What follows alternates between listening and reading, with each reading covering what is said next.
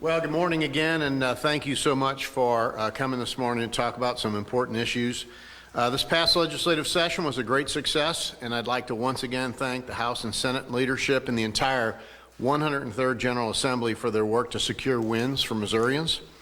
We made historic progress strengthening support for law enforcement and public safety, advancing bold initiatives in economic development, protecting the future of agriculture, and delivering on our promise to invest in infrastructure, children, and schools.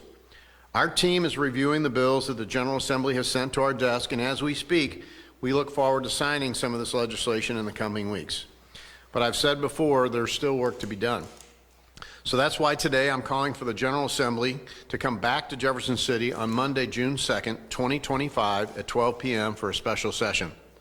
I've spoken with leadership on both chambers and on both sides of the aisle, and I'm optimistic that we can work together to make this time count and use the rare opportunity to benefit the future of our state. The special session will be focused on three main components: providing additional resources to families affected by the recent severe storms, driving economic development through a tax incentive program, and making critical budget appropriations that will impact Missourians across this state. First of all, in disaster assistance, 4 severe storms have impacted the state of Missouri over the recent months since March, resulting in loss of life as well as significant damage to homes, businesses, and public infrastructure. Most recently, on May 16th, severe storms and tornadoes took the lives of 7 Missourians and impacted the livelihoods of many in the St. Louis area and in the southeast Missouri region. I have visited these impacted areas from the May 16th storm multiple times now, and the true spirit of Missourian is shown in times like this: neighbors stepping up to help neighbors. First responders in these communities are absolute heroes. Those men and ladies have done things that most people could have never imagined, whether it's a professional firefighter, policeman, volunteer firefighter. The first responder community, I have to tell you, has just been amazing in these storms, and I think they deserve a lot of credit. They are the unsung heroes. I'd like to say thank you to our State Emergency Management Agency, SEMA, and their team for all the work they do to assist these local communities. Truly amazing work, and they've worked very well with the local emergency managers in those affected areas, all the way back to the March storms, through the April flooding, to the storms we just saw last week. The local emergency managers have done a very good job in working with our emergency management team. And the state is working with local officials and affected communities, and we have engaged FEMA and the federal government for further assistance. And as you've heard, we have partial response from the March storms last week and some response for that April storm, and we've also applied for the tornadoes from last week to the White House this week. The federal government is hoping to join us for further assistance. And just this past Sunday, as I mentioned, we submitted another disaster declaration for the May 16th storm to President Trump. I want to thank our federal delegation, both our U.S. senators and all of our congresspeople, no matter if they're in an affected area of the state or not, have been very willing to help and deliver the message of need, specifically in the St. Louis area with Congresswoman Ann Wagner and Wesley Bell have been incredible. Jason Smith largely covers that southeast Missouri area who've been good, but even Mark Alford Graves, Congressman Cleaver, they've all been very willing to help us, as well as obviously U.S. Senator Hawley and U.S. Senator Schmidt. I can't tell you how great they've been. I'd also like to give a quick shout out to our local elected officials, whether it's last week in St. Louis or 2 months ago in Piedmont, Missouri, or yesterday in Scott County, state senators, state representatives. They're not wearing blue and red jerseys, by the way. They're showing up at these events trying to make sure they can do what it takes to help. And I can't tell you how proud I am of our state senators and state representatives for all the work they've done in these communities. And last but not least, the county officials, whether it's the county commissioners in some of our rural communities, mayors in some of our larger community. Mayor Spencer, huge shout out to her in St. Louis. As I've said all the time, the tornadoes hit on day 32 of her administration. Not many people get prepared for what she was seeing. Met with her again yesterday, actually, in St. Louis. Her and her team, and she will give a lot of credit to her first responders, police, firefighters, city crews that are cleaning up. In my old neighborhood of St. Louis have done a really good job. So a big credit to our local elected officials who are jumping in, helping these people. Our call for this special session first includes assistance for Missouri families impacted by recent severe storms this spring. We are asking the General Assembly to consider legislation establishing the income tax deduction for the insurance policy deductible incurred by homeowners and renters. This financial relief would be capped at $5,000 per household per disaster per calendar year. This program would continue after these storms for future storms this year as well. And legislation enhancing the utility of the Missouri Housing Trust Fund administered by the Missouri Housing Development Commission, or as you know, MHDC, by expanding eligibility and removing administrative burdens and costs to expedite aid for Missouri families with the disaster housing response grants. These, as you know, are largely for uninsured and underinsured families. We would like to see the legislature expand the eligibility threshold for Missouri families from the current 50% mark for regional average median income to the 75% mark, which will allow more affected Missourians to apply for emergency housing assistance, home repair, and construction grants. This program is currently funded by the recording fees for real estate documents filed in the state of Missouri. So it's a program established, ready to go. We don't have to reestablish something. To help MHDC fund these additional grants due to the large number of impacted Missourians, we're asking the General Assembly to appropriate $25 million in general revenue, which would be available to applicants on a first-come, first-served basis. Missourians who live in an area that has been included in the multiple requests for presidential disaster declaration would be considered for these resources. We believe these steps will greatly impact the thousands of Missourians whose homes have been destroyed or damaged in this unfortunate series of weather that has touched almost every corner of this state. In the tax incentive category, our call for this special session also includes the tools to help our economic development efforts, including extending the sunset on the existing amateur sports tax credits, which are critically important to multiple cities and regions across the state. And to help retain our major sports teams in Missouri, we are calling the General Assembly to enact legislation that modifies tax incentives for sporting events. The Kansas City Chiefs and Royals are Missouri's teams. They are Missouri's teams, and they drive billions of dollars in economic activity through tourism, job creation, and small business, including hotels, restaurants, and retails. Our Show Me Sports Investment Act will independently allow the Kansas City Chiefs and Royals to bond an annual appropriation valued to their current Missouri state tax revenues. This program was introduced at the end of the regular session and received very strong support from the House of Representatives. And this just isn't about football and baseball. As I said before, this is about economic development. This is two organizations that have businesses, employees, and a ripple effect on our state's economy that we do not want to move to any other state. The Kansas City Chiefs' current stadium generates $28.8 million in annual tax revenue for the state of Missouri, over 4,500 jobs, and $572.3 million in economic activity just in Jackson County alone. A new Royals ballpark district is estimated to support 8,400 jobs, provide $400 million in labor income from new jobs annually, and generate $1.2 billion in economic output from district operations annually. For months, we have worked with legislators, local leaders, and teams to make sure that Missouri has a competitive package on the table. We believe this financing tool, the Show Me State Sports Investment Act, is a competitive offer, but also a good deal for Missouri taxpayers. The money dedicated for the bond payments are up to the amount of revenues historically generated by the teams. This is the same amount of revenue the state stands to lose if either team relocates to any other state. But local support is still critical in this effort, and this plan will require local contributions.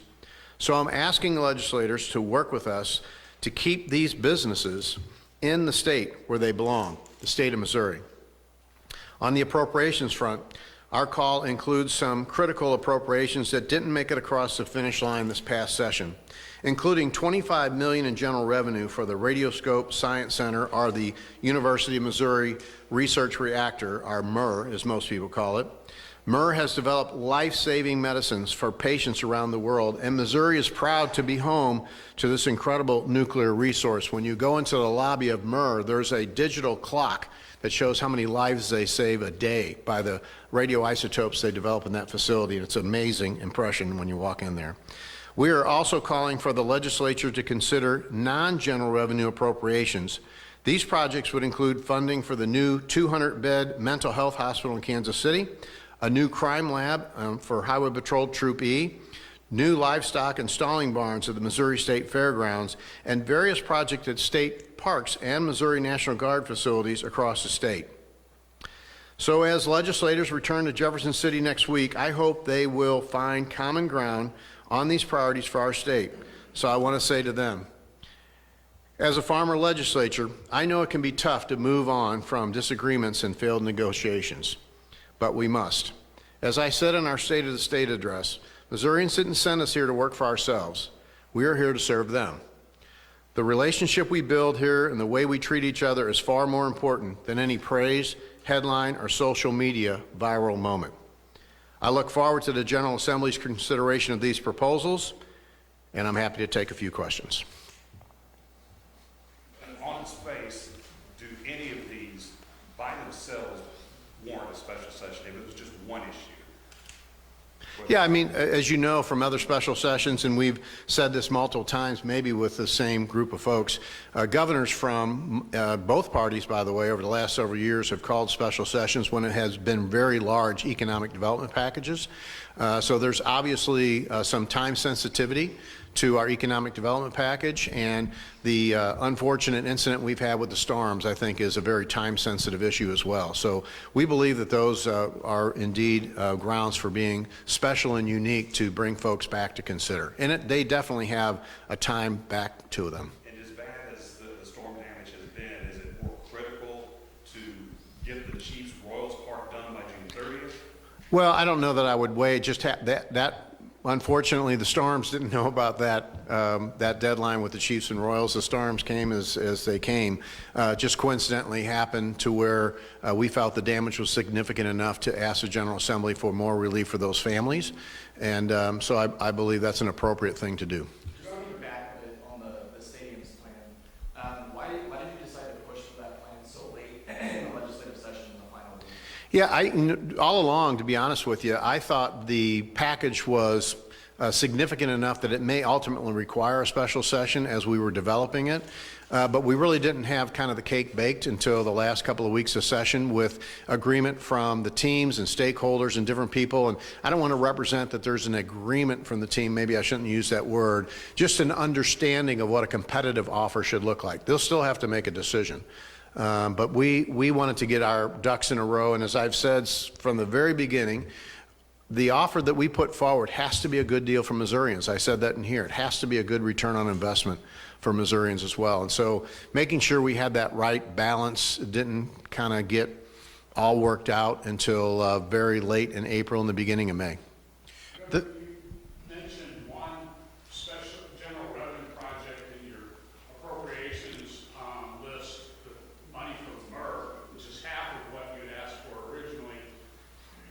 Telling legislators you will veto additional earmarked general revenue items in an appropriation bill? First of all, Rudy, I want you to know the light over your head has a halo effect. And I don't know if you ever visioned, I didn't know you've ever visioned that. That's a great question. To be honest with you, we know the state budget years ahead are going to be challenging, and the amount of general revenue that we have is something that I'm taking very seriously as a businessman and what it's going to take in future years. You might coincidentally notice that the amount for MUR is half, as you mentioned, and then there's an appropriate same amount going to storm relief.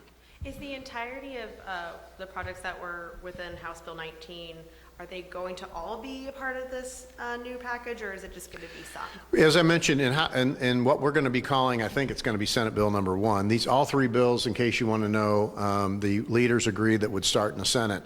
The appropriations bill, let's just call it that, will be the non-general revenue, all of the non-general revenue components, and as I mentioned, there's several of them in there. The mental health hospital, some bond payments, state parks issues, the crime lab in Cape, et cetera.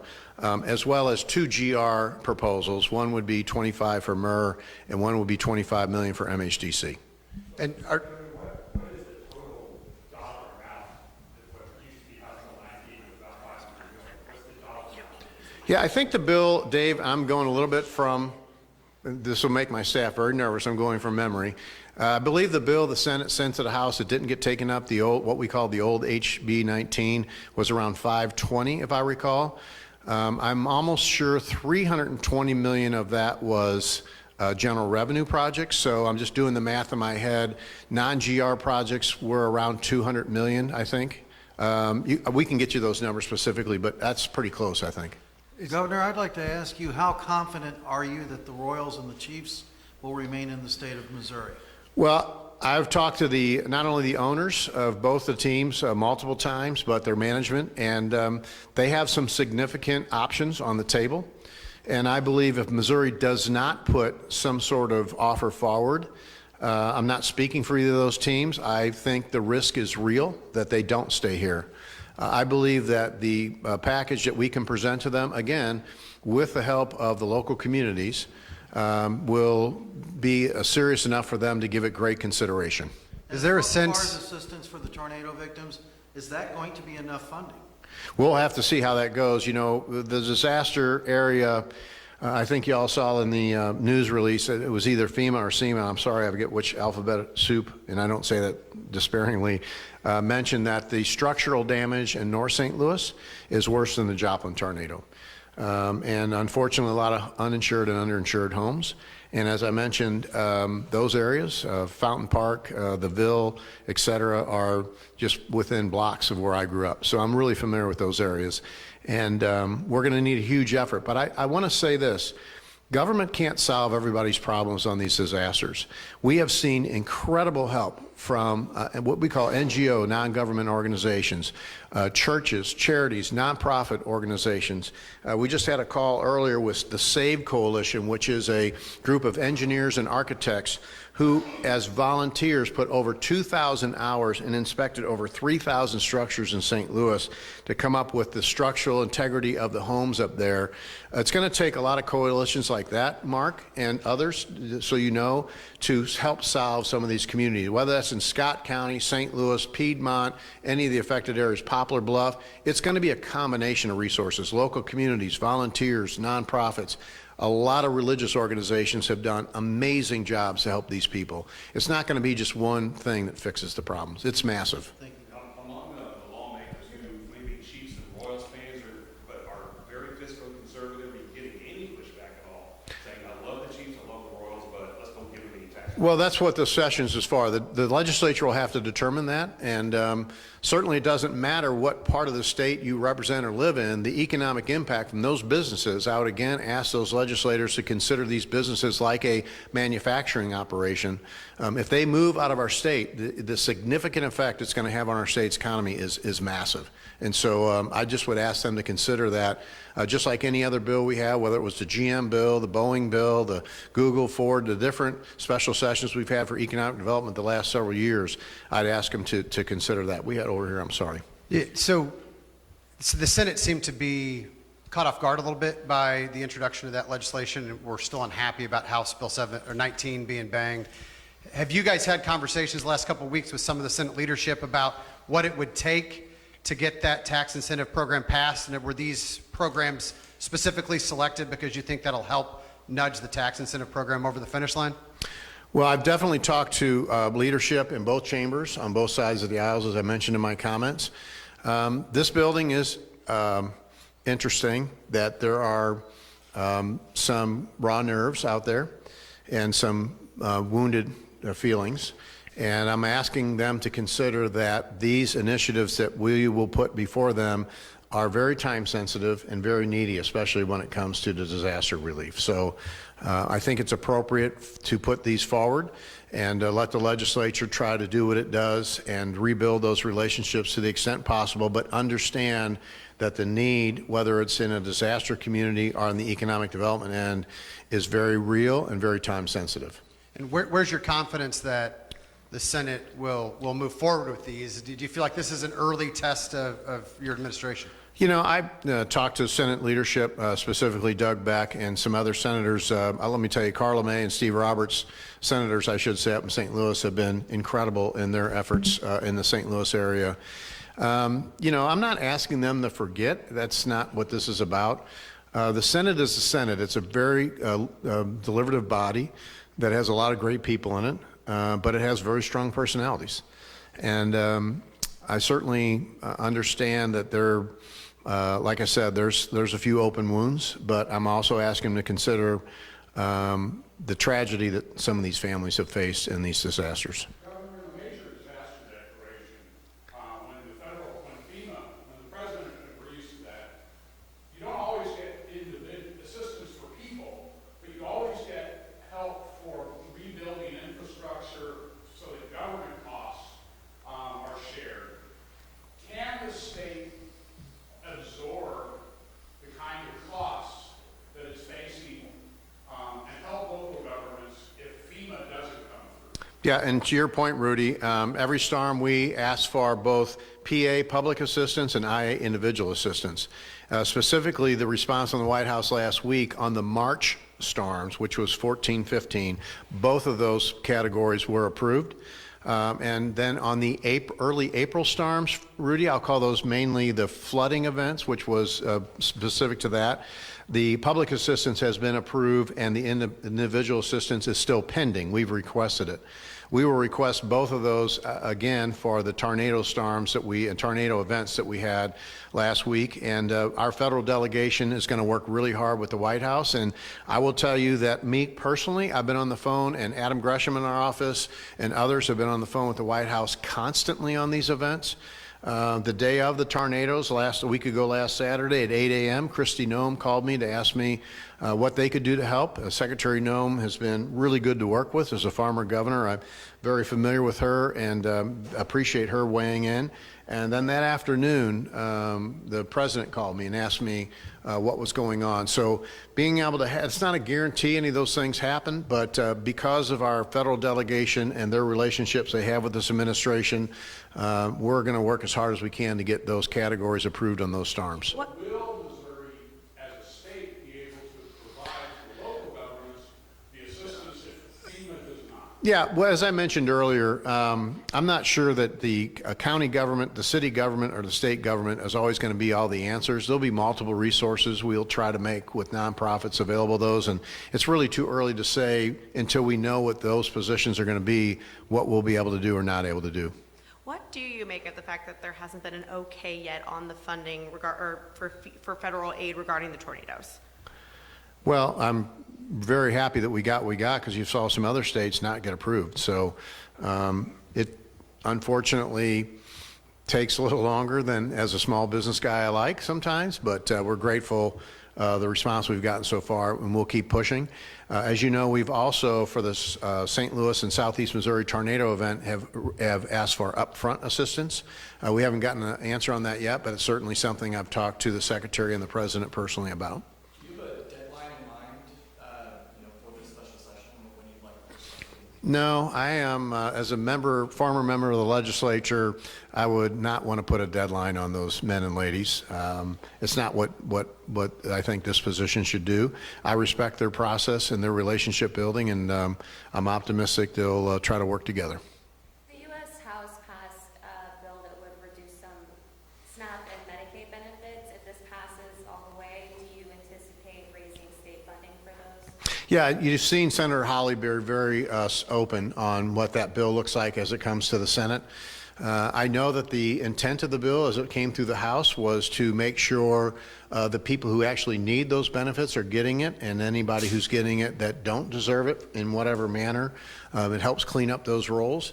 Certainly that's the way for most government programs that I would want. I would want the people who really need it to get it, and the people who don't qualify for it and somehow are still getting it to maybe be cleaned up. That's the intent of the House bill.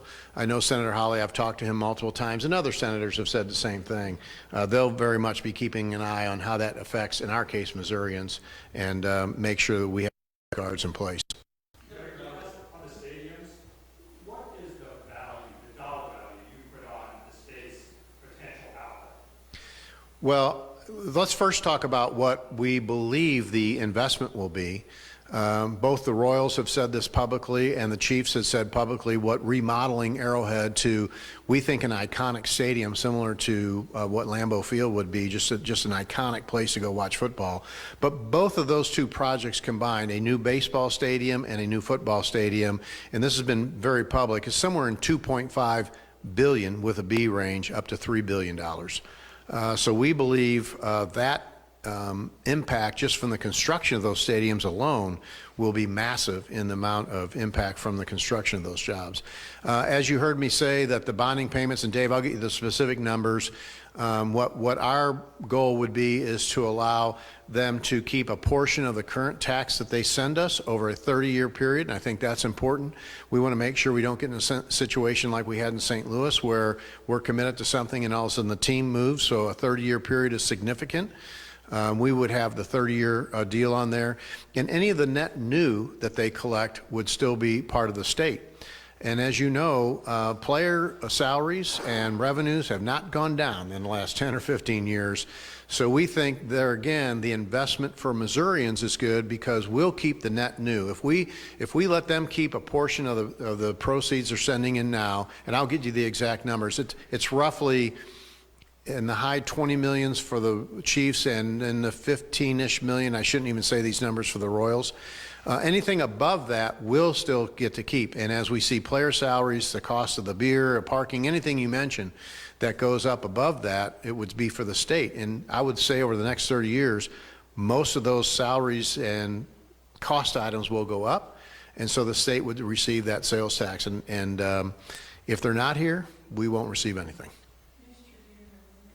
Yes, sir. So you've mentioned earlier in the year that you were going to implement a DOGE-style program in the state government. One of the impacts that the federal level DOGE has is on disaster relief and on FEMA. Is this kind of showing that disaster relief is an area where you are or are not going to focus on? Yeah, we still are working on our Show Me Doge program. We felt it was important to get our other issues through session, specifically public safety and a few other things that were very important to get done.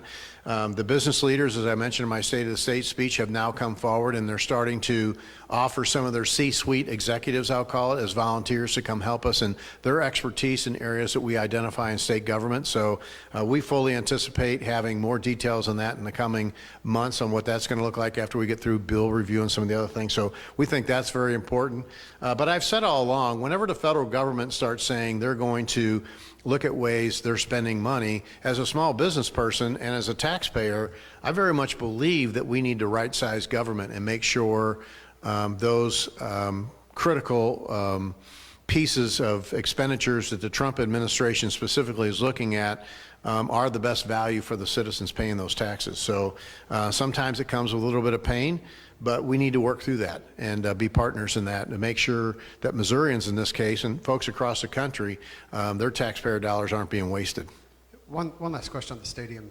If the Senate or if the legislature doesn't pass this tax incentive program, is there a path forward to keeping the teams here, given the Star Bonds proposal that's out there in Kansas, or does that pretty much wrap it up for what Missouri can attempt to do? No, as I mentioned forward, it would pretty much wrap up what the Missouri portion would be, but the county and or counties, depending on what the Royals end up doing, they would still have to work on a piece for them. And I've talked to county leaders in both Jackson and Clay County, just in case. We don't know where the Royals will go. I've read the media reports like you have.